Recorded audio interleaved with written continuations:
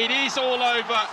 Katerina Siniakova wins one of the matches of the year to deliver another Fed Cup by BNP Paribas title for the Czech Republic. Their 6th in 8 years, their 11th Fed Cup title overall. An unbelievable final. Every rubber has had almost everything.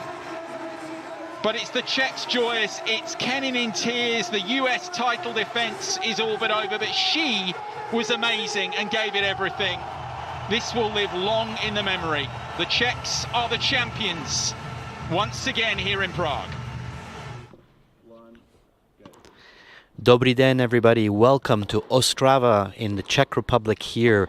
This is Inside the Lines. I'm Eli Weinstein, and we are in the Ostrava arena, as you can see around me, behind me on the court. Romanian players are practicing. We have Buzarnescu and Bogdan here near me, and Mihaela Buzarnescu on the far side. This is the first round tie between the Czech Republic and Romania of the Fed Cup by BNP Paribas, the 2019 Fed Cup by BNP Paribas. And remember, that title holders, Czech Republic, as you saw in the opening video when Siniakova beat Kenin 7-5, 5-7, 7-5 to give the Czech Republic their win. And remember, they've won 6 titles in the past 8 years. That is absolutely amazing. 2011, 12, 14, 15, 16, and 18 all belong to the Czech Republic. But that's not all, because they've won it more times in the past. That's just absolute domination. They are the Chicago Bulls. They are the All Blacks of women's tennis. In fact, I think we should try and convince them, if they win again the title. Let's say this. If they win the title again, I'm going to challenge myself to convince the Czech team to perform a haka on court. Let's see if we can start getting that into their system. We're going to talk about this tie after, but before that, we're going to take you around different places in the world to show you where the other first-round ties of this 2019 Fed Cup by BNP Paribas are taking place. The first place we want to take you is Braunschweig in Germany, where Germany is hosting Belarus. So before we talk about that, let's take a look at the preview of Germany versus Belarus. Braunschweig, the Lion City and the city of sports.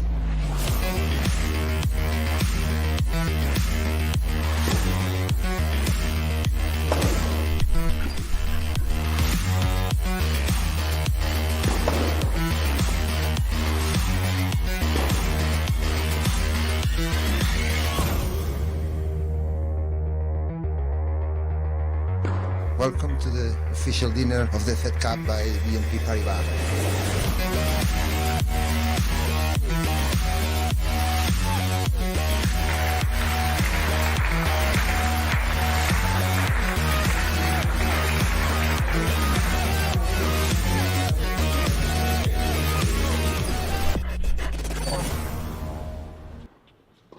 Can't wait for that action to kick in. Talk about salivating and waiting for the action. While we wait, here are a few facts to help you enjoy even more that tie. The head-to-head between the two nations is a simple 1-0 in favor of Germany. And this was last year. They played in Minsk in the first round. In the first round. Yeah, I think in the first round. And it was a German win. Germany has won the Fed Cup twice, in 1987 and 1982. Belarus is looking to reach the second semifinal in its history, and they have also reached the final. Remember, not such a long time ago, in 2017, they hosted the US for the final, but lost at home against a fierce US team that was led by Coco Vandeweghe and Sloane Stevens. An interesting little fact about this tie, on the Belarus bench is a girl that you may have heard of. Her name is Victoria Azarenka. Back in Fed Cup. It's really nice to see her.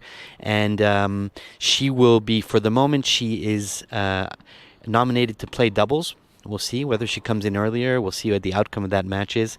And we'll probably hear from her later in the weekend. For the moment, we are going to hear from both number ones from both teams. So Andrea Petkovic and Sabalenka. Let's hear from those two players now. I didn't play Fed Cup in a year, so I'm really looking forward to this. And I really missed it last year. I've been playing for maybe 12 years now, so really a veteran in the Fed Cup ties. And we had such a great atmosphere and such a great team this week. So I'm really looking forward to the tie. Well, I'm so happy to be here, to be part of our team, and to play against Germany again. And well, it should be a nice weekend, and I'm really looking forward for these matches. Well, I've watched her a lot in the last year. She really is the future of tennis, so I'm really excited for this challenge. I have never actually played her, and I've never actually practiced with her, which is strange because normally you get to hit every once in a while and with everyone. So I'm really looking forward to this challenge. She's a great player, and I never met her before. And I don't have any expectation. My job is just like go on the court and give everything what I have. Taking advantage while you guys were watching and listening to those players, I was admiring the quality of play on court here. It's pretty impressive. That ball is flying very, very fast and staying in the deep zones. It's really a great privilege to be able to watch players practice before the ties actually start during the week. The stadium is empty. I don't know if we can get a wide shot maybe of the venue so you can get an idea of this very, very impressive Ostrava arena that is going to be sold out for both days. And the quiet that goes on in here, you hear the ball being hit, the power of the ball, the speed of the ball. Plus we're really sitting courtside here, so you can totally get a feel of the level of tennis that is played. Pretty amazing stuff, and we are very lucky to be sitting front row for this. Another first round tie that is going on in the very pretty city of Liège in Belgium is Belgium that are hosting France. And before we go into that tie, let's check out the preview.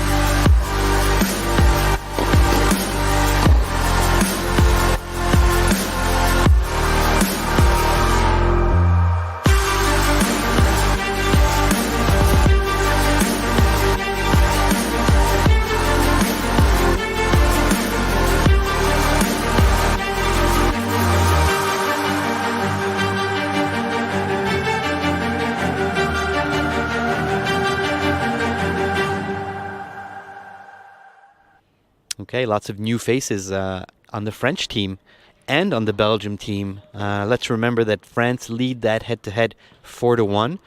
The two nations met at the exact same stage of the competition last year in France, La Roche-sur-Yon. I was there. You were probably there too, because you tennis fans don't miss anything, and we are here so that you don't miss anything. So that was a 3-2 win by France in the decisive doubles. It was a very exciting tie. Amandine S. was partnering with Kristina Mladenovic to beat Kirsten Flipkens, or Flipper, as she is known to be called on the tour, and Elise Mertens. Here's an interesting fact about this tie. Two new captains sitting on the chair. The Belgian captain is no other than Johan van Erck, who is the Davis Cup captain. So you've seen him no later than last week, leading his team to a 3-1 win in Brazil, qualifying for the finals, the World Group Finals in Madrid. He is now the new Fed Cup captain. And on the French bench, we have Julien Beneteau, who was playing in last year's semi-final of the Davis Cup by BNP Paribas, dominating Spain in Lille, and who was in contention to even play the final, end up not getting picked by Captain Yannick Noah. Captain Yannick Noah is actually the guy he is replacing in Fed Cup, Yannick Noah was the captain of Fed Cup. And boy, what a pair of very, very, very large shoes to replace, to come after Yannick Noah. It's a tough position to be in. Also a very exciting one by Julien Beneteau. And he, knowing the competitor that he is and that he was as a player, did not at all hesitate in front of this huge challenge. In fact, he started out by a serious, bold statement, and that was to convince, or maybe not convince, but bring back Caroline Garcia to the French Fed Cup team.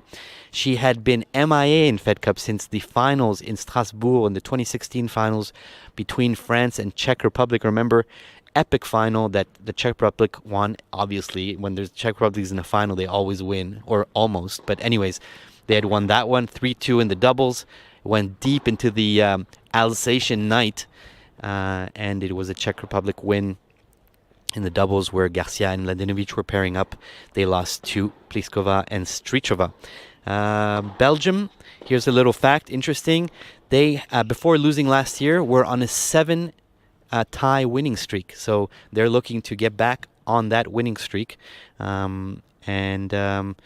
Another little fact, Kirsten Flipkens. She is the Belgian player that has played most Fed Cup ties in the history of Belgian women's tennis. Now, think of that statement. Think of the former Belgian players that have played. I can think of 2 big names. I'm sure you can too. One is Justine Henin, the other one is Kim Kleisters. And yet, Kirsten Flipkens is the player to have been picked for most ties. Pretty impressive stuff. Let's hear from the 2 number ones of that tie.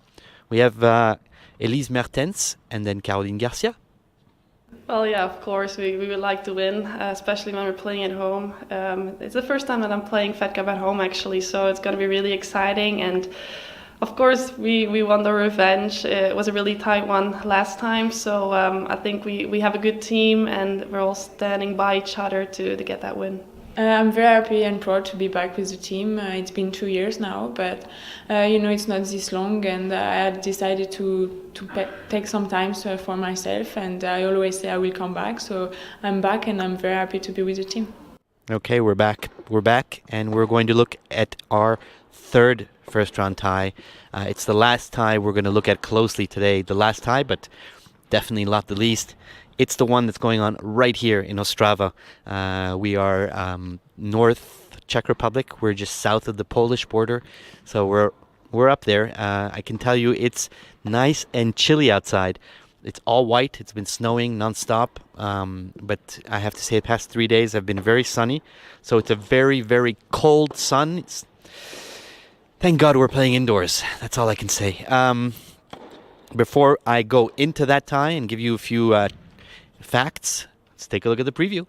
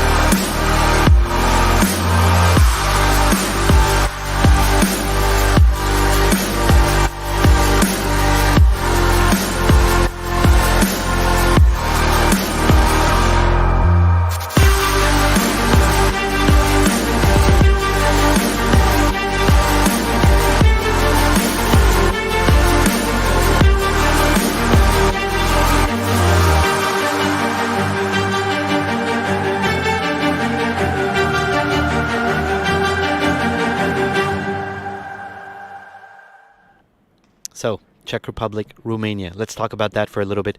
Czech Republic lead the head-to-head 2-0.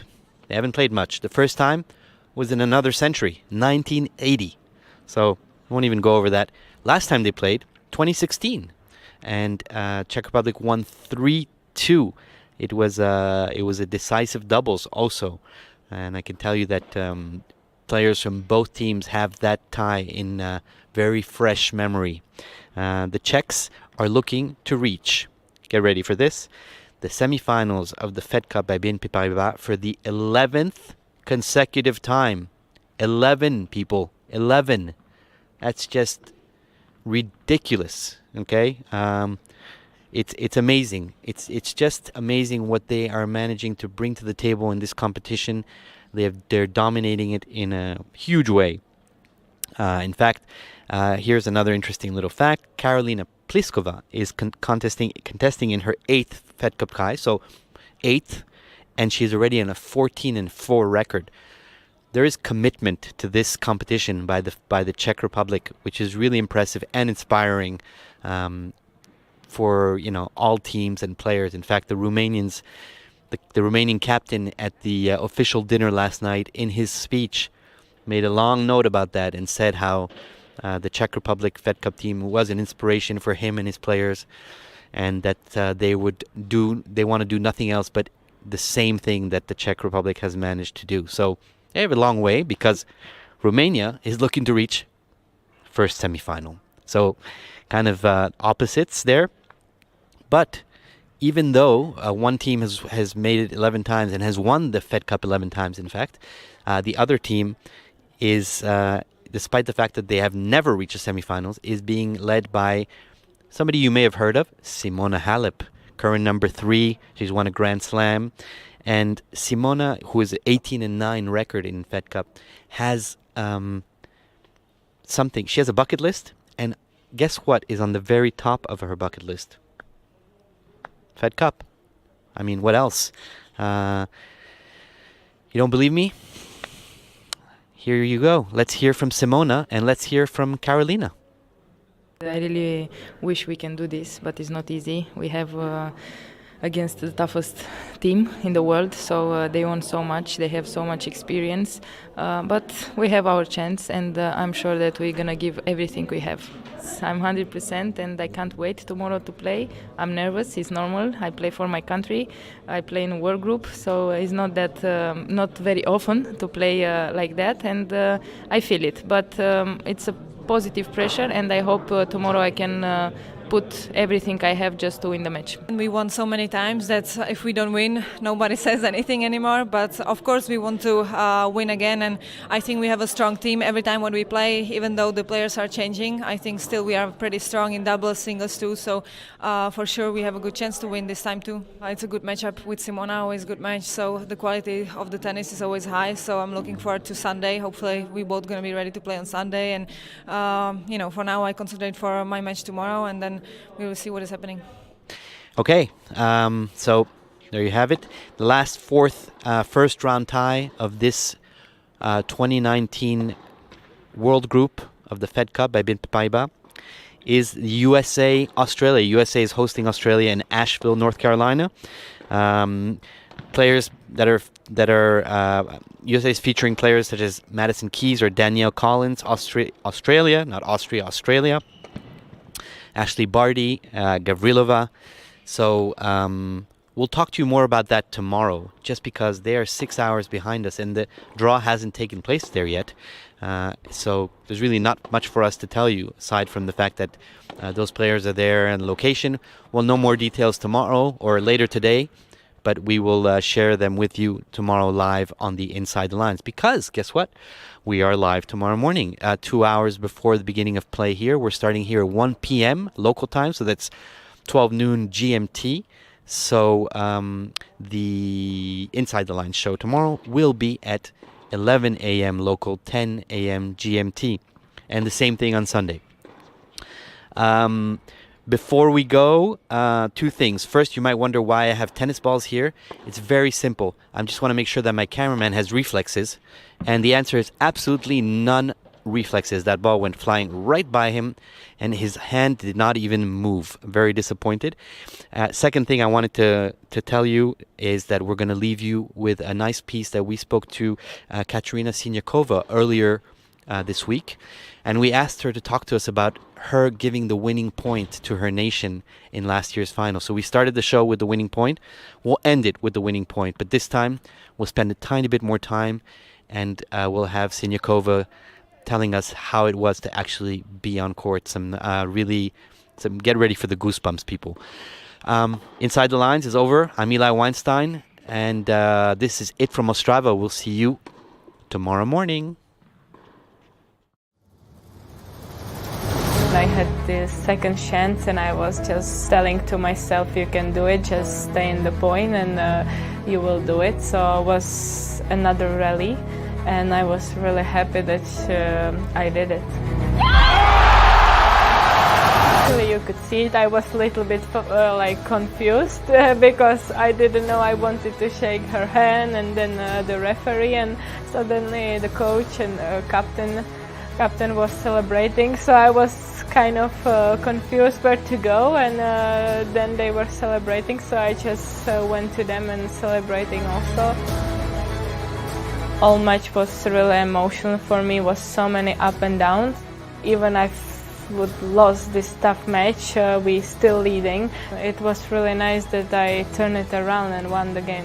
I had a small trophy in my room, and I mean, if I'm looking at it and thinking about it, it's the emotions coming back, and it's really nice. I remember the finish that she missed the cross forehand, and suddenly I just I was happy, celebrating. So she served to my body, so I play backhand cross, then she played backhand cross also, and I play backhand to the kind of middle, and she missed the forehand. So no slice. So I didn't remember anything, just the last point. For me, this moment was really amazing, and I had the chance, and for me it was brilliant that I took it.